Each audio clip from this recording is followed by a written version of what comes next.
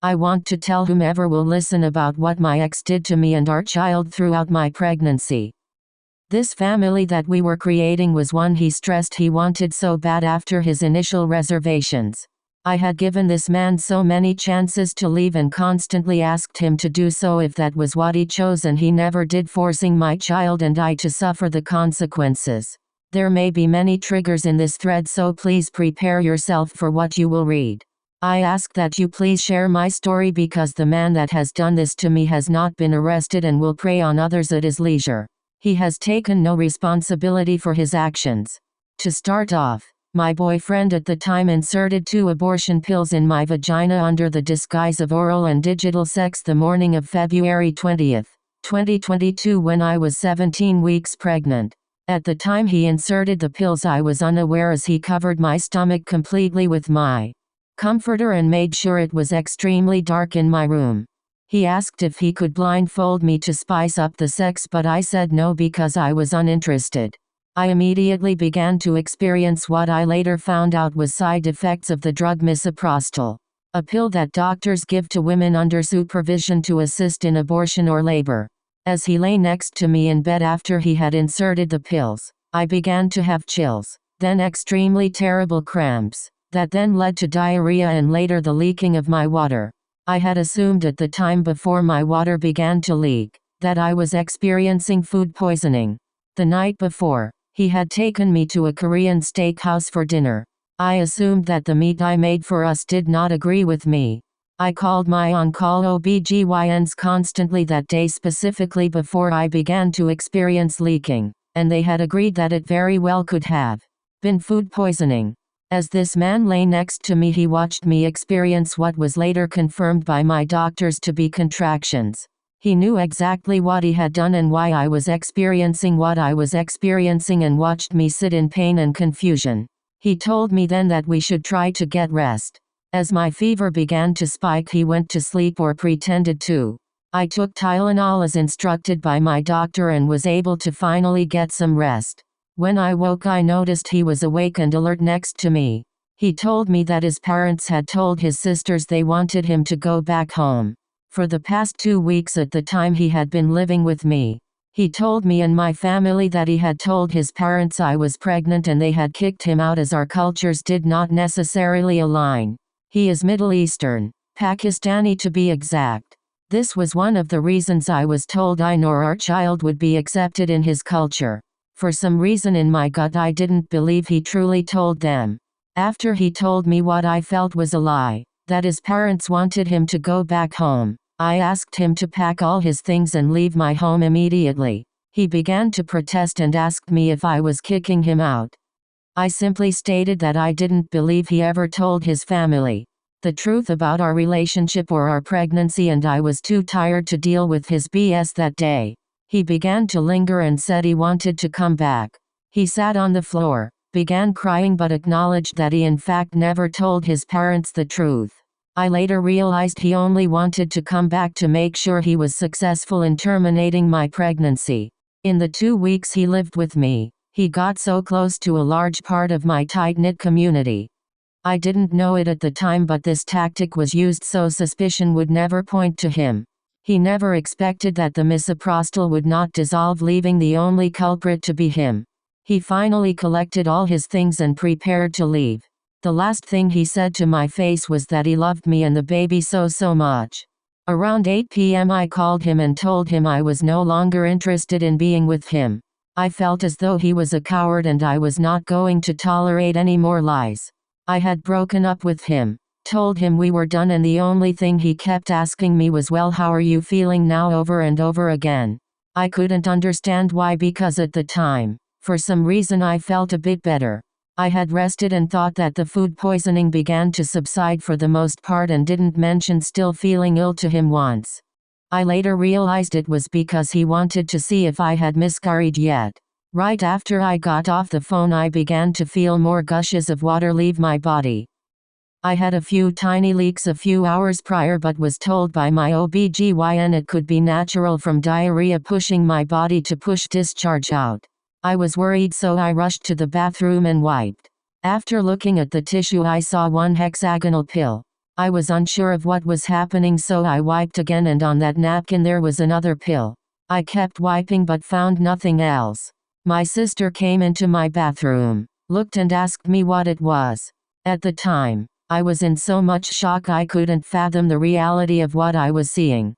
I immediately asked for her phone and searched for images of abortion pills that could be inserted vaginally and saw that they were the exact same shape as the two that came out of me. At that time I had never felt such pain and shock in my life. I knew in that moment he had put those pills in my body that morning under the disguise of sex. I called my OBGYN once again and disclosed what I had found. She told me to immediately come into labor and delivery. As I was rushed to hospital, I couldn't cry or focus on the reality of the betrayal and pain I felt. I did everything I could to calm myself so my baby wouldn't feel my distress. I couldn't come to terms with actually losing what I had wanted so bad. I prayed. I pleaded with God in hopes that in some miracle my child would be saved. We arrived at the hospital with the 2 pills I had found concealed in a Ziploc bag for the doctors to look at.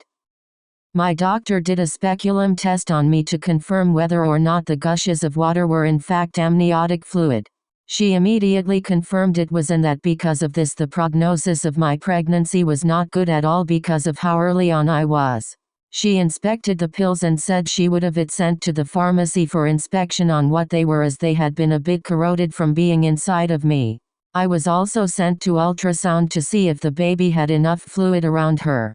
I went to ultrasound and by some miracle the results that came back were that I had not seemed to lose much fluid at all. I was told that the body keeps making fluid. Essentially, it's mainly baby pee that builds up over time.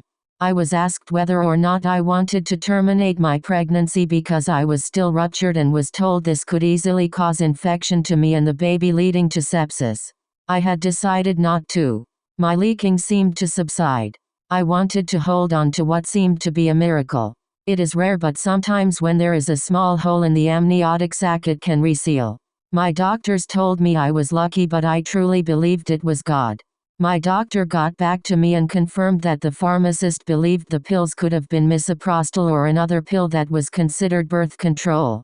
The doctors did confirm that the symptoms I had experienced throughout that day lined up with being given misoprostol. With all the information I was given, I was numb, but I was also afraid for my life. That he'd come and find me. After being so patient, charming, and calculated, I could not put anything past him. The man that had done this to me acted as if he were the perfect partner. He always made sure I was eating, helped me put my shoes on as my belly began to get bigger, always gave me the tiniest and most endearing kisses. Spoke of looking for a ring for me to propose before my due date, buying a townhome, told me he loved our daughter more than life itself, got closer to my sister, my best friend, my best friend's boyfriend, sat down with my parents in regards to his plan for us, told me he couldn't wait for our little family, all the while plotting to kill what was already a formed tiny human baby inside of me.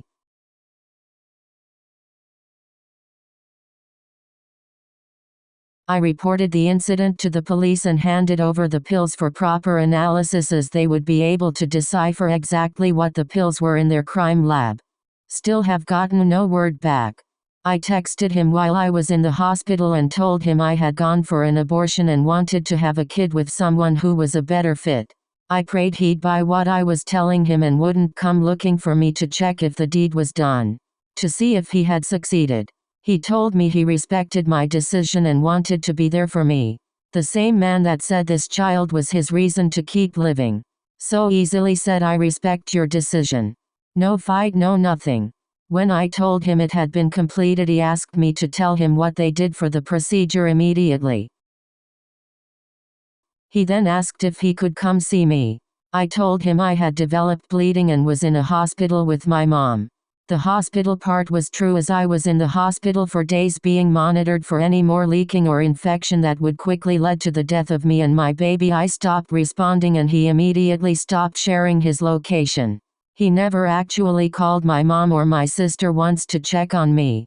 I knew then he was suspicious of being found out. The police then called him to the station to question him. The next thing he did was get on social media and ask for book recommendations.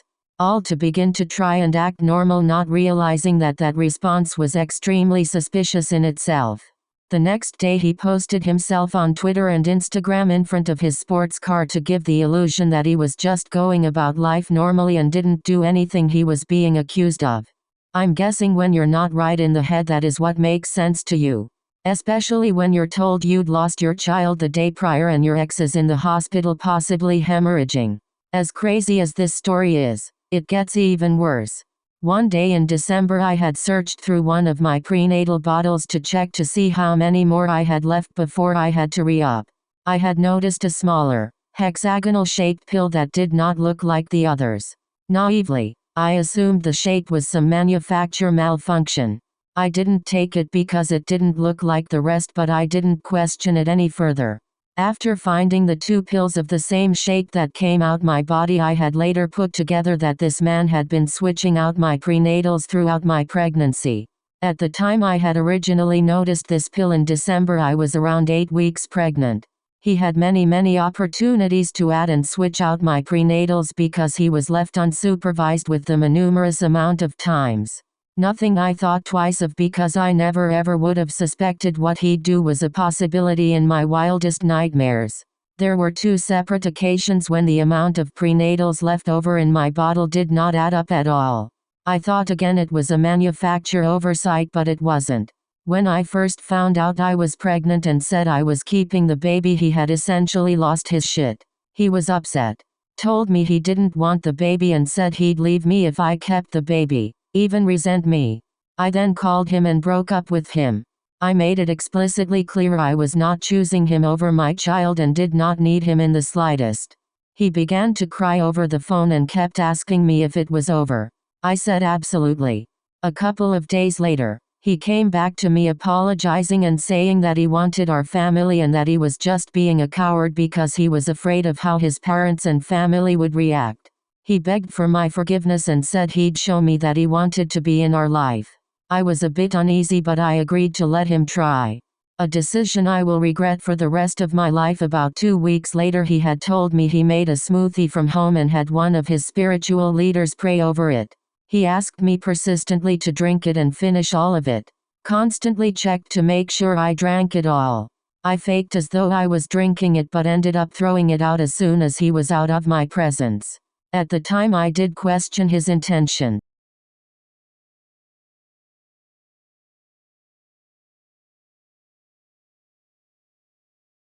A couple of days later he asked me to start taking gas pills from his culture to help with my severe gas problems. I told him I was uncomfortable taking it because at the time I didn't even want to take Tylenol. I didn't want my baby having anything that wasn't nutrient.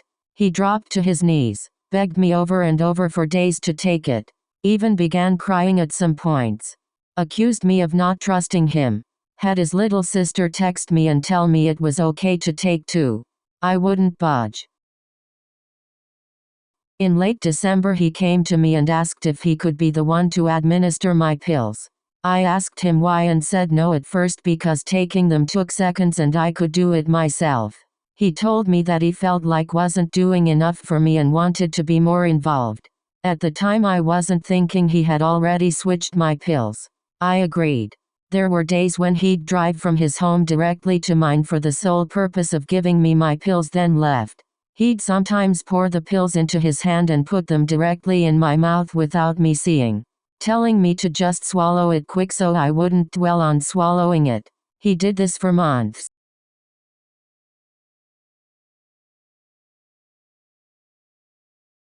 When I was 12 weeks we were told that my daughter was diagnosed with an encephalocele, hemorrhaging of the brain that had formed into a sac.